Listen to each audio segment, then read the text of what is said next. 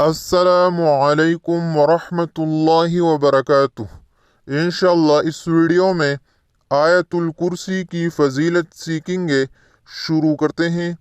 حضرت علی رضی اللہ تعالی عنہ فرماتے ہیں کہ میں نے رسول اللہ صلی اللہ علیہ وسلم کو یہ فرماتے ہوئے سنا، جو شخص ہر نماز کے بعد آیت الکرسی پڑھے اسے جنت میں داخل ہونے سے کوئی چیز نہیں روک سکتی، وہ مرتے ہی جنت میں چلا جائے گا۔